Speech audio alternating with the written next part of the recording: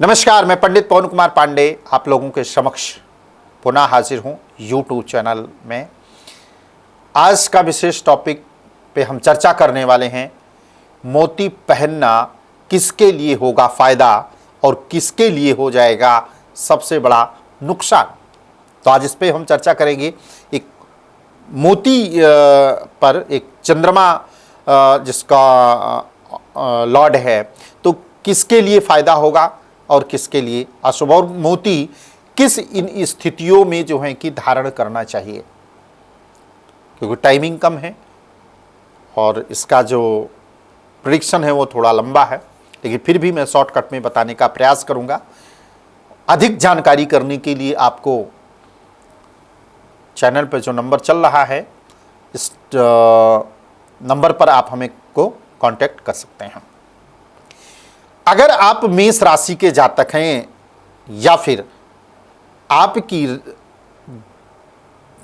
जो कुंडली है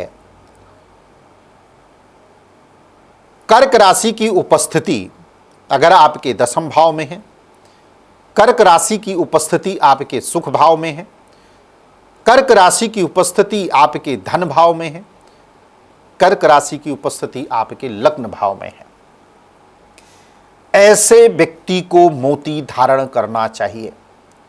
और खास करके अगर आप तुला लग्न के हैं या फिर तुला राशि के अगर आप हैं, तो आपको मोती पहनना बहुत बड़ा बेनिफिट सिद्ध कर सकता है। अगर आप मीन लग्न के हैं या फिर आप मीन राशि के हैं, तो भी आप मोती धारण कर सकते हैं। या किसी भी लग्न के हैं आप जातक और चंद्रमा आपका निर्बल है, कमजोर है, बशर्ते ध्यान इतना देना है कि जिसकी जन्म पत्रिका में चंद्रमा की स्थिति 8वें घर में हो, चंद्रमा पाप ग्रह के साथ में उपस्थिति हो, अगर ऐसे व्यक्ति मोती धारण करते हैं तो वो सबसे बड़ा अशुभता का प्रतीक होता है। राहु के साथ में चंद्रमा बैठा, मोती पहन लीजिए, मान सम्मान लांछन एलिकेशन सारी चीजें आप पर लगने प्रारंभ हो जाएंगी। तो अतः मोती आपको नहीं धारण करना चाहिए इन स्थितियों में।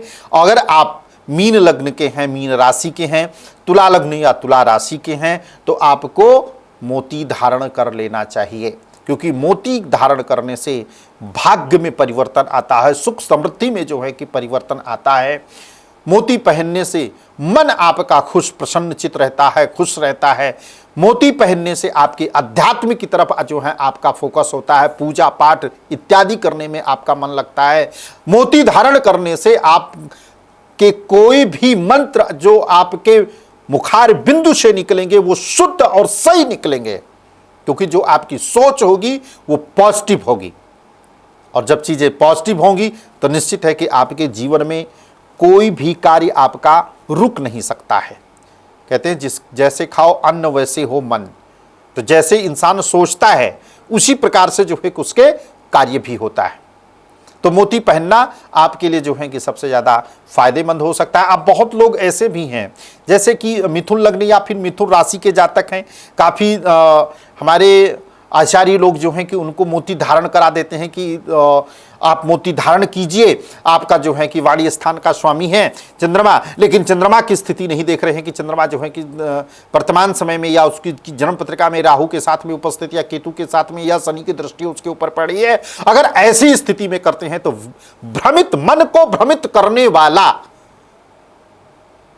कौन? राहु पापक ग्रह के साथ में उपस्थित है, तो इसलिए आपको भ्रमित करेगा, कंफ्यूज करेगा, डिसीजन लेने में आपको दिक्कत होगी। अतः नहीं पहनना चाहिए। वाई? इसलिए क्योंकि आप दो स्वभाव के हैं, लग्न और राशि दोनों दो स्वभाव की है, तो इसलिए आप और डबल माइंड, पहले से भी डबल माइंडेड हैं और इधर भी आप डबल माइंडेड हो जाएंगे। अतः आपको मोती धारण नहीं करना चाहिए, बेशक वो आपके धन भाव का लॉर्ड है। लेकिन अगर पाप ग्रह के साथ में तो बिल्कुल ना पहने। अगर पाप ग्रह के साथ में नहीं है और चंद्रमा कमजोर है, आपका 10 डिग्री का 12 डिग्री का अगर है तो जो है कि आपको धारण करना चाहिए। अगर वो 15 डिग्री का है, 17 डिग्री का है और आपको लग रहा है कि थोड़ा सा कमजोर है, तो जो है कि आपको कम से कम 8-9 रत्ती का जो है आपको मोती धारण करना चाहिए। और यहीं पर अगर आप कुंभ राशि के जातक हैं या कुंभ लग्न के हैं तो आपको तो बिल्कुल नहीं पहनना चाहिए यहाँ पर।